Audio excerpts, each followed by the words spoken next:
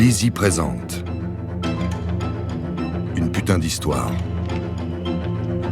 de Bernard Minier. Lu par Benjamin Bollen et Florian Wormser.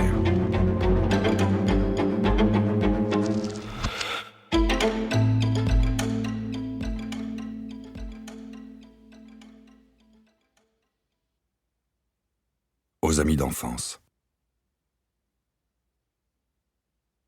Tous les lecteurs familiers de la géographie nord-américaine le savent, une particularité de sa topographie veut que le nom de Washington soit associé à la fois à la capitale fédérale, située sur la côte est, district de Columbia, et à l'État dont il est question dans cette histoire qui se situe, lui, au nord-ouest des États-Unis. Au commencement est la peur. La peur de se noyer. La peur des autres. Ceux qui me détestent. Ceux qui veulent ma peau. La peur de la vérité aussi. Au commencement est la peur. Je ne retournerai jamais sur l'île. Même si Jennifer Lawrence en personne venait à sonner à ma porte et me supplier d'y retourner, je ne le ferai pas. Autant vous le dire tout de suite, ce que je vais vous raconter va vous paraître incroyable. Ce n'est pas une histoire banale, je lui dis. Ça non. C'est une putain d'histoire. Ouais. Une putain d'histoire. Une vision à présent, pour vous mettre, comme qui dirait, en appétit.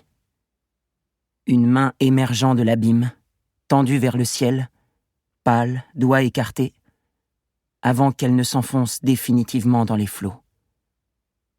Le vent du large rugit autour de moi, la pluie et les embruns me cinglent, tandis que je nage et m'éloigne de cette main spectrale. Que je nage, tente de nager, soulevé, emporté par les vagues, les creux de 3 mètres, les crêtes écumantes vers la pointe de l'île, toussant, octant, grelottant, à demi noyé. Au commencement est la peur. Une autre vision. La baraque en flammes, moi à genoux devant, pleurant, hurlant comme un hystérique, et les gyrophares qui incendient la nuit tout autour. Je vais vous dire autre chose, je lui dis. Je sais que vous aurez du mal à me croire. Honnêtement, je ne peux pas vous en blâmer. Et pourtant, c'est comme ça que ça s'est passé. Exactement comme ça. Il m'observe, assis dans son fauteuil, avec son regard brun. Il est grand, impressionnant, et sa veste doit valoir plus cher que ma caisse. Il vient juste de consulter sa montre. Il ne dit rien. Il a quoi? Dans les 45 ans? 50? Le genre qui doit plaire aux femmes. Par où est-ce que je commence? Je lui dis. Par le début. Il répond. C'est mieux. Combien de temps j'ai? Tout le temps qu'il te faut, Henri. Très bien, dis-je. Vous n'êtes pas obligé de me croire, bien sûr. Il ne dit rien, ne montre rien. Cet homme qui est mon père. Il a raison. Revenons là où tout a commencé. Revenons au début. Avant le début. Nuit d'août. Bruit, cliquetis, craquement, crachotement en rafale. Puis des sifflets suraigus portés par l'écho de la baie, des crissements qui ressemblent à des frottements à la surface d'un ballon gonflé, des grincements à des fréquences élevées, et le clapotis de l'eau, des vagues. Assis dans le kayak de mer, je fixe la nappe de brume. Silence. La lune éclaire les eaux tout autour. Je retiens mon souffle. Un aileron noir apparaît, 2, 3, 4, jusqu'à 11. Mon cœur bat plus vite.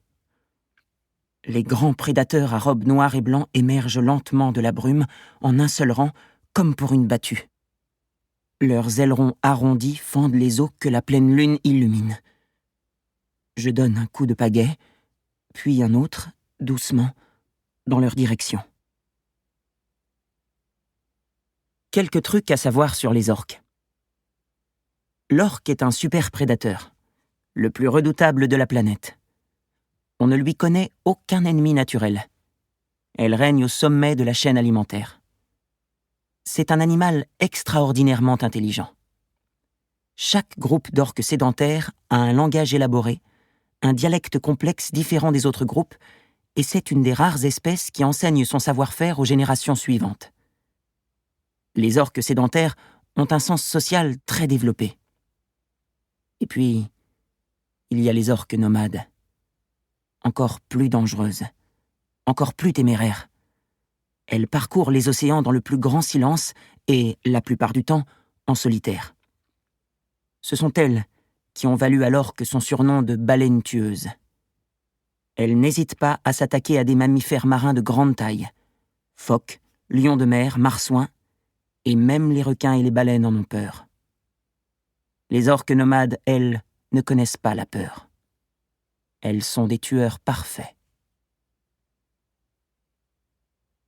L'orque est un prédateur sans rival, mais elle s'attaque rarement à l'homme, sauf en captivité. Une bonne chose serait de virer tous ces touristes, tous ces bateaux qui, de juin à octobre, viennent s'immiscer grossièrement sur son territoire, qui est aussi mon territoire, et de laisser les orques tranquilles. Comme je le fais silencieux en cette nuit d'août, à bord de mon kayak. À cette heure où il n'y a personne d'autre qu'elle et moi. Je me contente de les saluer, de les regarder passer, de les laisser vivre, tout comme elles me laissent vivre.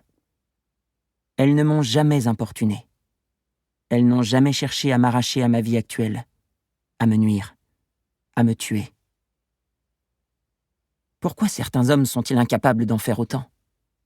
L'orque nomade est le plus cruel des mammifères marins, mais l'homme nomade est le plus cruel des mammifères tout court. Vérité connue qu'il me restait à découvrir. Nuit d'octobre. Des vagues heurtent la coque. Une gorge s'éclaircit derrière elle, une gorge masculine. Elle lève les yeux vers le ciel nocturne. Dans ses pupilles noires, un vol d'oiseaux de mer passe devant la lune.